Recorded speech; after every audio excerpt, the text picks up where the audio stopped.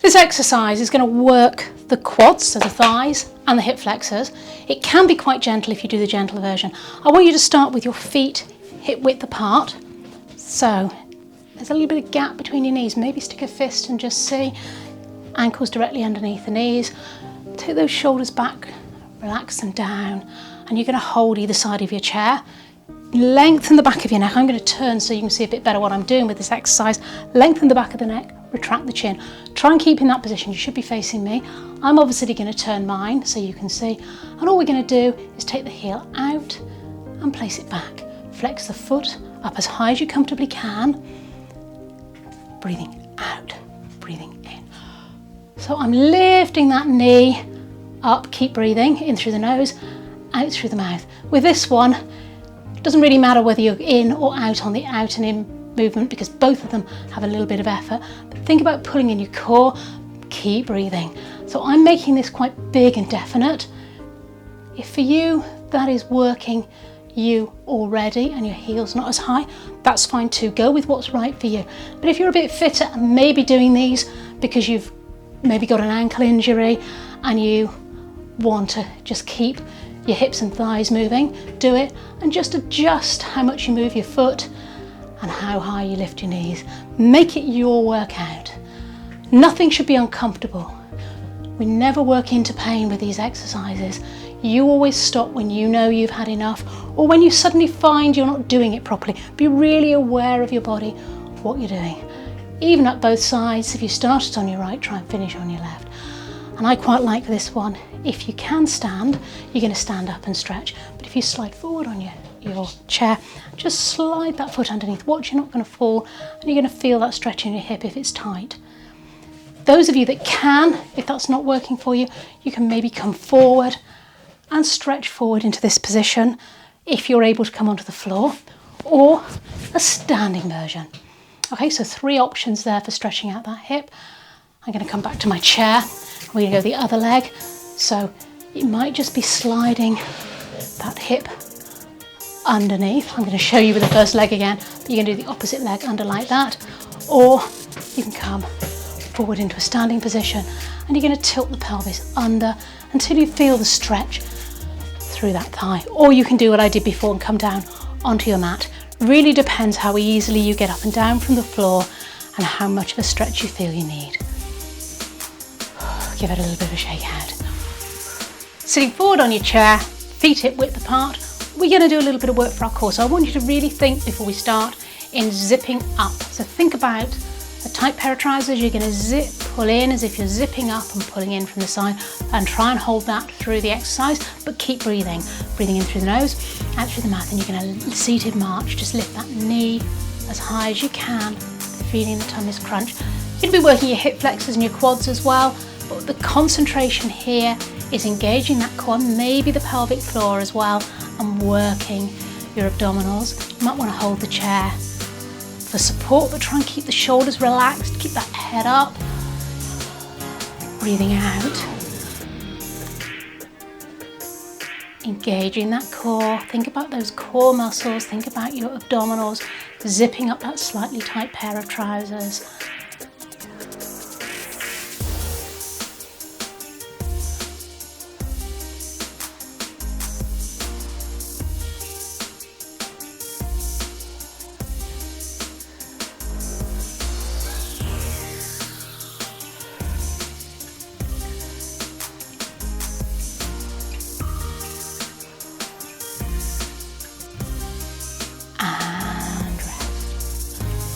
This exercise is heel raises, which works the calf muscle. You're going to start with your feet hip width apart, so not shoulder width apart, hip width apart, thinking about where the position of your pelvis is, that you're not sticking your bottom out or under, shoulder, chin. So hold your body in your best posture you can. And all we're going to do is raise up slowly onto the balls of the feet and back down again. So if you need the support of a chair, that's fine. Both feet together, and you're only going to come up as high as you comfortably can without your ankles wobbling. Hold it towards the top and control it back down. For some people that's the hard part, controlling it back down. Now, I'm standing on double mats here, so I'm challenging myself just that little bit more. If you've got a really thick carpet or fitness mat that you're standing on and you're struggling, maybe move on to a hard floor.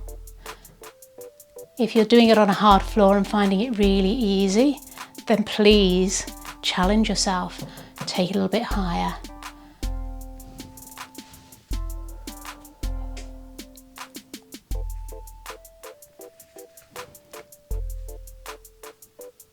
There's another exercise that's really good at working the muscles around the knee to help support and strengthen the knee.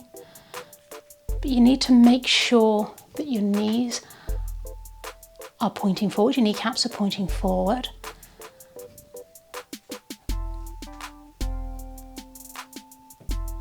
And that your knees aren't, you aren't knocking them in, that you've got that little bit of gap between your knees.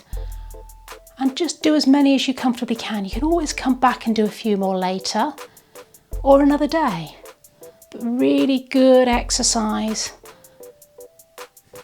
to keep the blood flowing through the legs.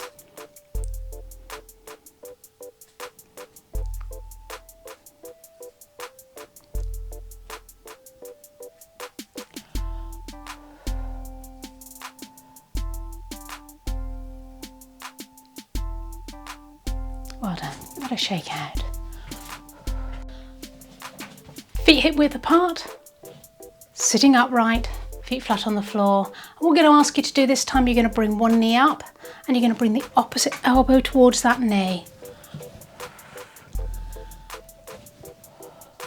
So make it the upper body that's twisting, breathing out. Don't worry if you can't touch.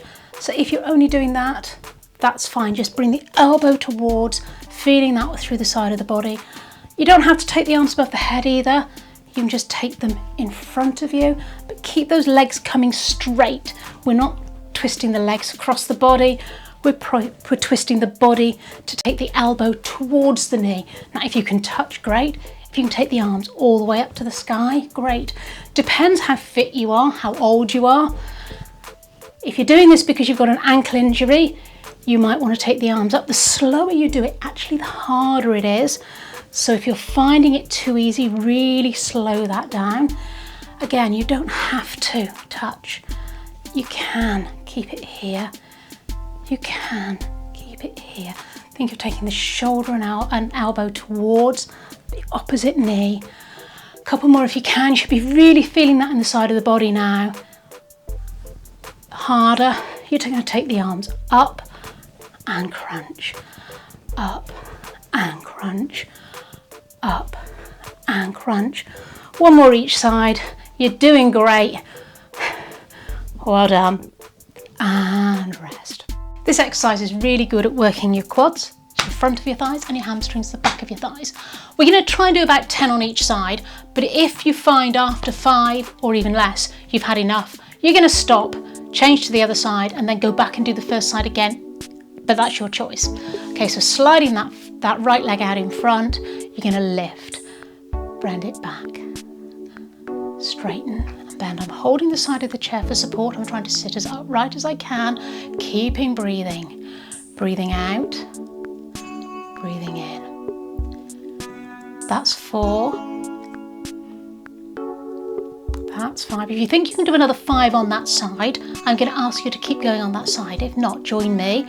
We're going to go to the other side, lift. Breathing out, breathing in, sitting nice and upright, thinking about our posture.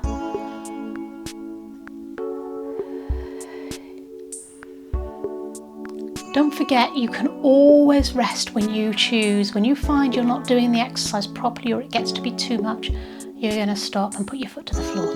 Okay, those of you that have done just the one side, you're going to change to the other. If you've worked along with me and changed sides halfway through, you're going to go back to the first leg, lift and bend and straighten.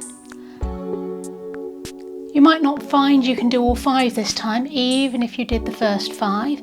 If you were finding it quite hard as we got to number 5, you're going to be finding it even harder now.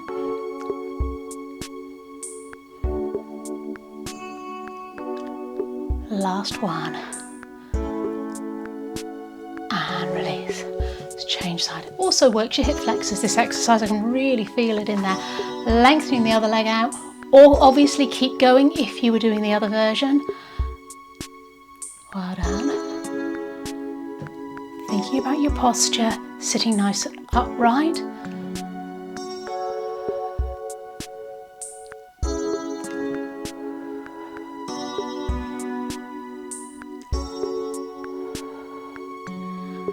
And rest, well done. Let's do a little bit of stretch.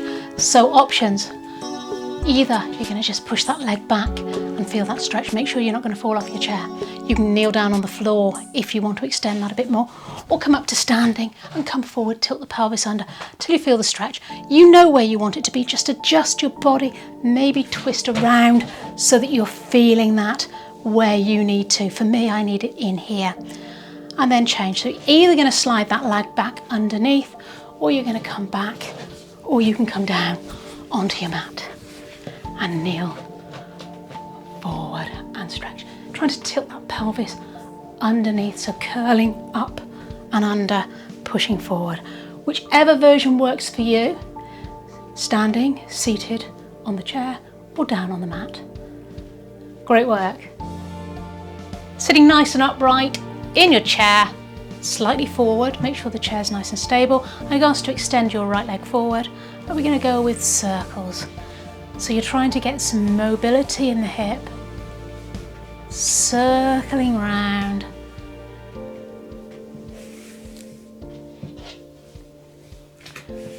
So this exercise is aimed at getting some mobility in the hip. Don't worry if you can't make it as big as that. If that's as far as you're going, that's fine. Just make it as big as you comfortably can. I'm using my hands on the chair to help support myself. And let's change direction. So go with what's comfortable for you. If it has to be smaller, smaller is good too. If you feel it's getting you some movement. So if that is what you're managing, that's fine. It's the hip that we're looking at moving. You're going to get some mobility in the knee at the same time. And rest. Let's take it to the other leg, taking it forward, out and round.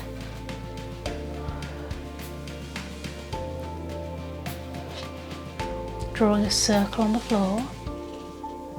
Sitting tall, thinking about your upper body posture. Don't let your shoulders round forward. Lengthen the back of your neck. Protract the chin slightly and try and stay seated upright. You're doing great. Don't forget, it's fine. If this is as much as you can manage, try and straighten the leg out and then circle it round. As large a circle as you can comfortably do, and let's change direction. Trying to keep the other leg as still as possible when you do this. Engaging your core if you can, thinking about maybe pulling up your pelvic floor, but our focus is on getting movement in this hip.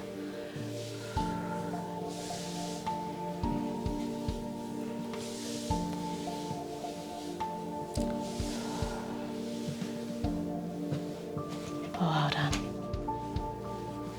I'm going to ask you to sit comfortably on your chair with your feet flat on the floor, hip width apart. Hands come onto your thighs and your body stays upright, so a neutral spine, so we're not arching it backwards or forwards, and we're just going to fold from the waist. So I want you to keep that length in your spine. We're not going to roll the shoulders forward. It doesn't matter how far forward you come. Hands on the thighs, hip hinges. So you're going to come forward and back up. So you might feel this tension in your lower back. So you might be able to come all the way forward, but keep that head in line. You're not worrying about how far forward you come. You're just worried about getting some movement in those hips. Watch your chair isn't going to slide. I just felt mine slide away from me slightly. So you need to adjust your position on your chair depending on your height. Because I'm quite short, I've had to sit quite a long way forward on my chair in order to do this. If you're taller, you could sit further back in your chair and your feet might be at a slightly different angle at the front. Just feeling that motion in the hips as you breathe out, as you go down, in as you come back up. Now ideally you're going to be using your own muscles to come back up.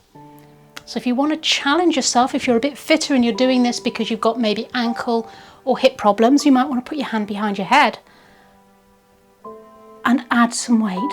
But please, if you're older or you've got problems with your spine, really not advisable, or if you've got osteoporosis. So if that's the case, support your body weight with your hands and just get that movement in the spine. Couple more if you can, but listen to your body. You know when you've had enough. You know how big or small a movement you should be doing here. Great. I find with this one that actually to do a little bit of almost hip circles, but you have to circle the body just to release through the spine, or maybe arch and round, just to release through that lower back. Exercise tend to cause a little bit of tension in the lower back.